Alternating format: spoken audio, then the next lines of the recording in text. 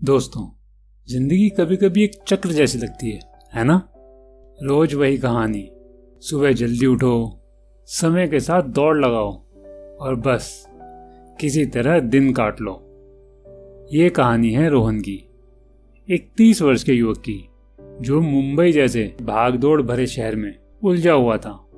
हर सुबह की तरह आज भी अलार्म ने अपनी जिम्मेदारी निभाई। रोहन की आंखें अध खुली थी। कमरे में आधा अंधेरा और आधा उजाला पसरा था। दीवार पर लटकी घड़ी जैसे कह रही थी, फिर एक और दिन उसी दौड़ में। रोहन जल्दी जल्दी नहाया, कपड़े पहने और एक कप चाय के साथ नाश्ता जैसे निकल गया हो। फिर रोज की तरह भीड़ भाड़, ट्रैफिक और आवाजों के बीच बस ऑटो बदलते हुए खुद को जैसे तैसे घसीटता हुआ ऑफिस पहुंचा। वहां रोज का वही काम, ईमेल्स, मीटिंग्स, डेडलाइंस। शाम को वापस वही ट्रैफिक, और जब घर पहुंचता है तो रात के 10 बज जाते हैं। थकान से चूर होकर चुपचाप खाना खाया और फिर यूं ही बेवजह मोबाइल की स्क्रीन पर उंगलियां फिराई और नींद ने धीरे से अपनी बाहों में ले लिया। अगली सुबह फिर वही दौड़ शुरू। लेकिन क्यों, किसके लिए, यह सवाल कभी खुद से पूछा ही नहीं। पर एक रात एक पुरानी घड़ी ने उसकी जिंदगी की दिशा ही बदल दी। उस रात रोहन जब थक हार कर अपने छोटे से फ्लैट में लौटा तो चार्जर ढूंढते हुए अलमारी खोली। वहां उसके हाथ एक पुरानी घड़ी लगी, उसके दादाजी की। घड़ी के पीछे कुछ लिखा था, रोहन, तुम्हारे पास सिर्फ 24 घंटे हैं। ये क्या था? कोई मजाक या कोई संदेश? दिल जोर जोर से धड़कने लगा। उसने घड़ी को हल्के से घुमाया और टिक टिक टिक घड़ी चल पड़ी। लेकिन ये कोई आम घड़ी नहीं थी। अचानक उसके फोन के सारे नोटिफिकेशन बंद हो गए। सड़क का शोर थम गया और एक धीमी गहरी आवाज उसके कानों में गूंजी, जी लो रोहन, ये 24 घंटे सिर्फ तुम्हारे हैं।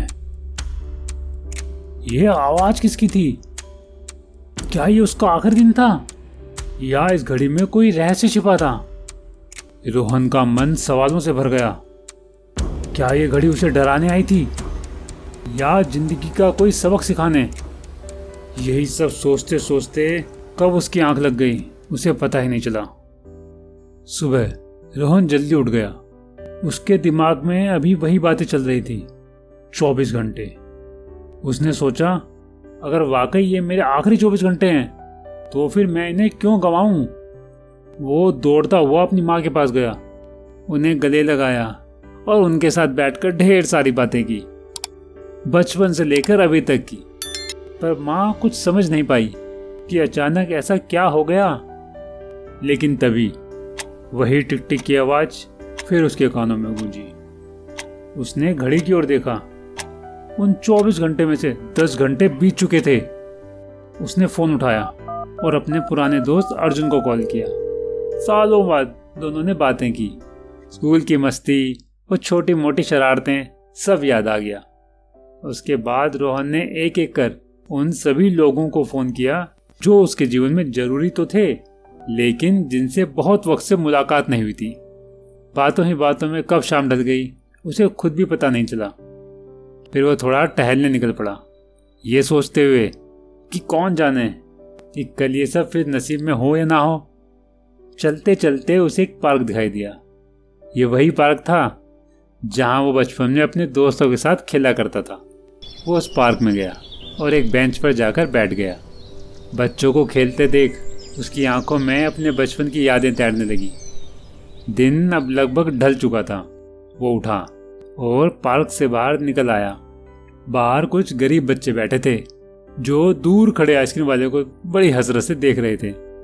रोहन ने कुछ आइसक्रीम खरीदी और उन बच्चों को दे दी। बच्चों की मुस्कान देखकर उसे एक गहरा सुकून प्राप्त हुआ। फिर रोहन चुपचाप अपने फ्लैट की ओर लौट आया। पर हर पल में एक नई ताजगी थी। लेकिन घड़ी की टिक टिक अब भी उसकी कानों में गूंज रही थी। क्या ये पल अब खत्म होने वाले हैं। रात के 12 बज चुके थे। रोहन का दिल तेजी से धड़क रहा था। घड़ी की टिक टिक धीमी होती गई और फिर एकदम रुक गई। घबराते हुए उसने घड़ी खोली। अंदर एक छोटी सी तस्वीर थी, उसके दादाजी की, मुस्कुराते हुए, और एक पर्ची, जी लो मेरे बेटे, हर पल तुम्हारा है। रोहन की आंखें नम हो गई। ये कोई चेतावनी नहीं थी, ये एक संदेश था। दादाजी उसे समझा गए थे, समय के पीछे मत भागो, उसे जीना सीखो। उस रात के बाद रोहन पूरी तरह बदल गया। वह आज भी काम करता है, डेडलाइन भी पूरी करता है, लेकिन हर दिन में एक पल ढूंढ ही लेता है अपनी खुशी का, अपनों के लिए। अंतर्मन कहता है, समय कोई दौड़ नहीं, एक यात्रा है, हर पल में एक कहानी है। तो दोस्तों, आप अपना पल कैसे जीते हो, कमेंट में जरूर बताना। और अगर ये कहानी दिल को छू गई हो तो अंतर्मन को सब्सक्राइब करना मत भूलना। आप सुन रहे थे अंतर्मन, जो आपको आपसे जोड़ता है।